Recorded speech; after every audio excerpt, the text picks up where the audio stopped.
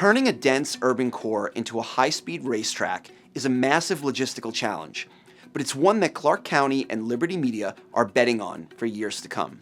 The Las Vegas Grand Prix is more than just a race. It's a testbed for the future of sports and entertainment.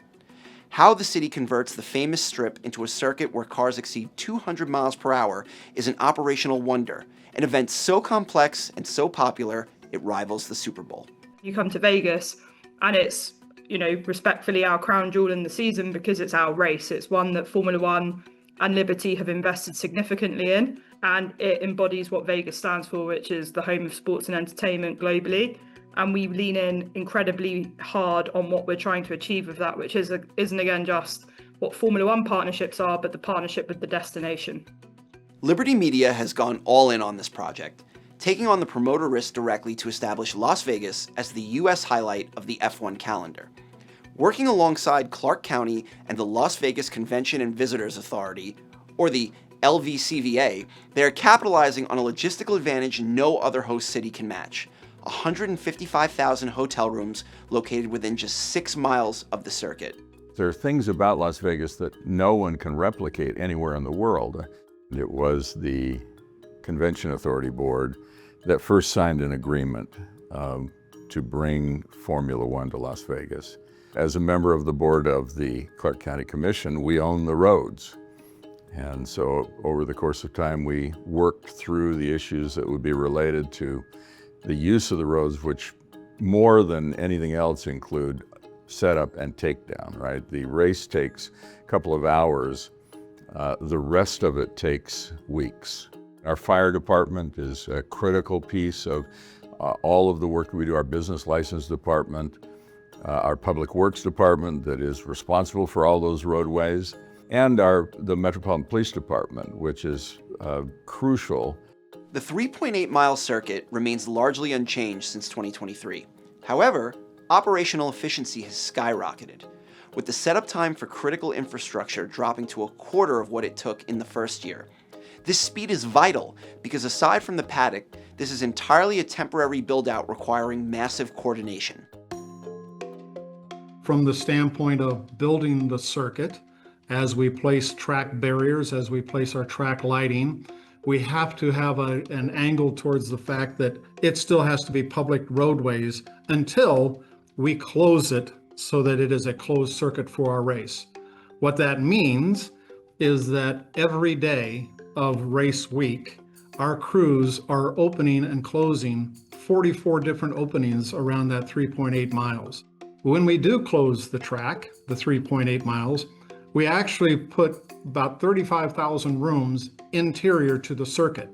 So not only are we building the track itself, we're also building vehicular bridges, temporary vehicular bridges that allow access in and out of that interior of the circuit.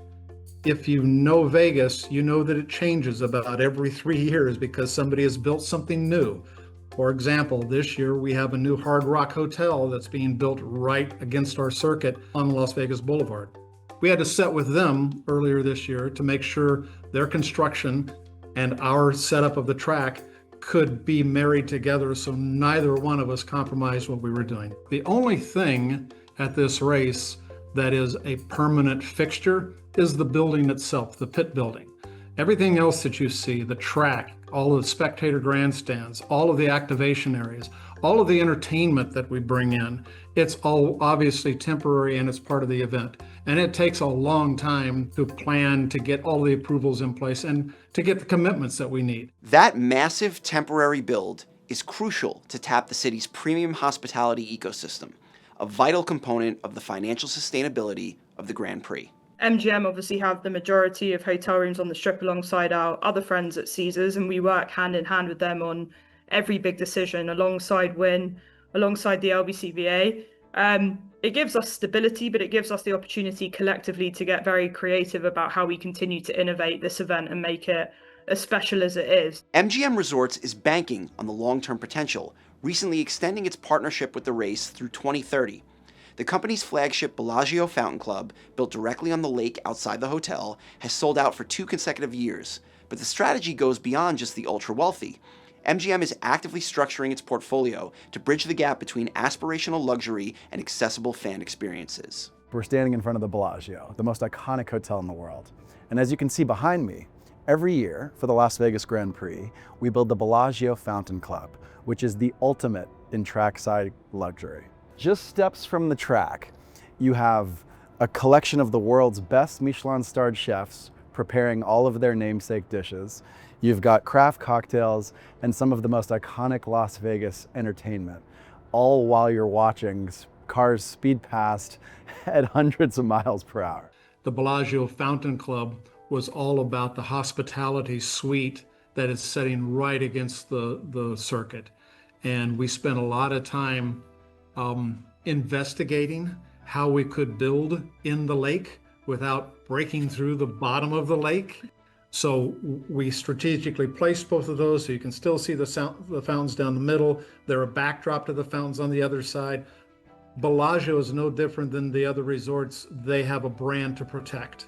And so that brand not only includes the visual aesthetics, but it's also the customer experience.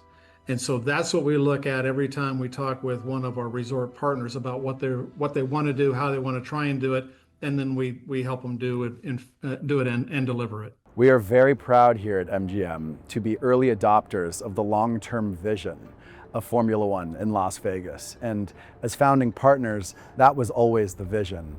We're thrilled at year 3 to be very much in line with our goal to being the home, not just of the Las Vegas Grand Prix, but of F1. That breadth of hospitality, ranging from ultra luxury to accessible fan activations, acts as a magnet for billion-dollar global brands.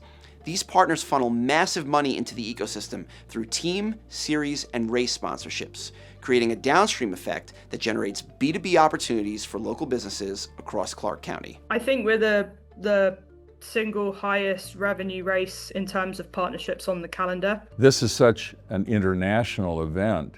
We can't buy the coverage that we get from the Formula One race being run here. We just know that as they improve, open up different areas along the footprint of the track for a different kind of ticket, we believe that there will be more participation, not less, year over year.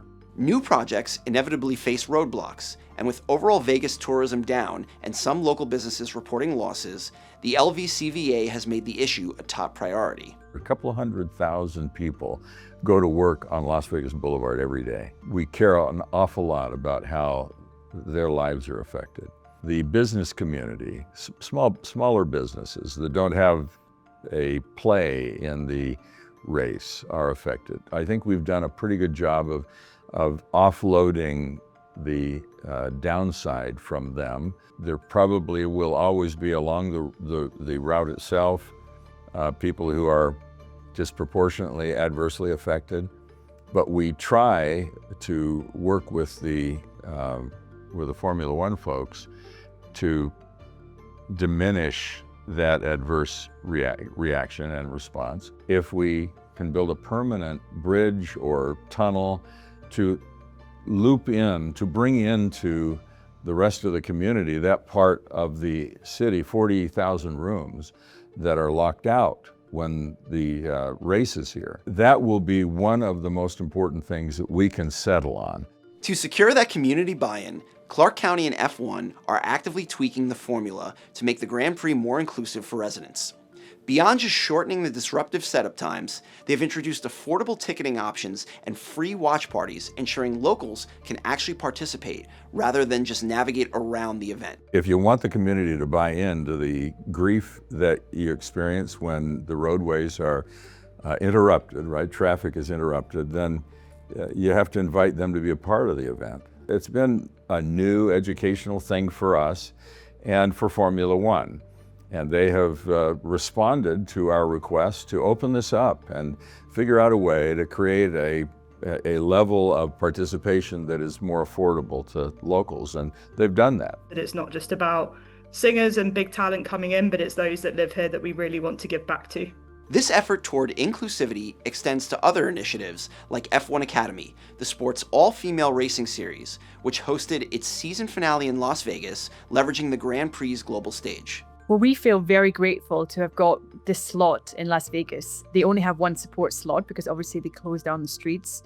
And for me, it's one of the biggest races of the year. And for us to be doing our season finale there was really a dream come true. With Las Vegas granting approval to host the race through 2032, F1 and its resort partners are looking ahead to increase logistical stability and long-term development. When we talk about the next 5 years, the next 8 years, I can tell you right now, there are things on the drawing board at each of those resorts that will change and reconfigure perhaps their access off of the boulevard, their service drives, how their customers walk up and down in front. And that'll impact what we do in future years for the track. I think year one was a remarkable success, despite some growing pains. It's never easy to drop F1 into a new city. At this point, it feels like a well-oiled machine. The benefit of us is we are an annual event. We're going to continue to turn up every single year. What we're now doing year round at the building and giving back to the community and developing further economic impact. Vegas is amazing.